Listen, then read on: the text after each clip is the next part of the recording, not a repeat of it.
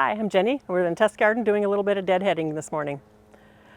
I've got a lady's mantle here, and it's a nice rosette, but our flowers are starting to look spent.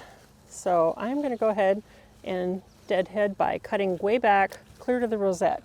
And that takes off a big stem, and you'll get some leaves with that. But that's okay, because deep down, if you get all the way down, you can also take out some of the, dead leaves that are in there while you're at it, and that'll tidy that little perennial up nice and neat. And don't worry about taking all those little small leaves that come on that bloom stalk off, because what'll be left is a nice little rosette, and that way, and those leaves will get a little bit bigger and they'll stay nice and mounded.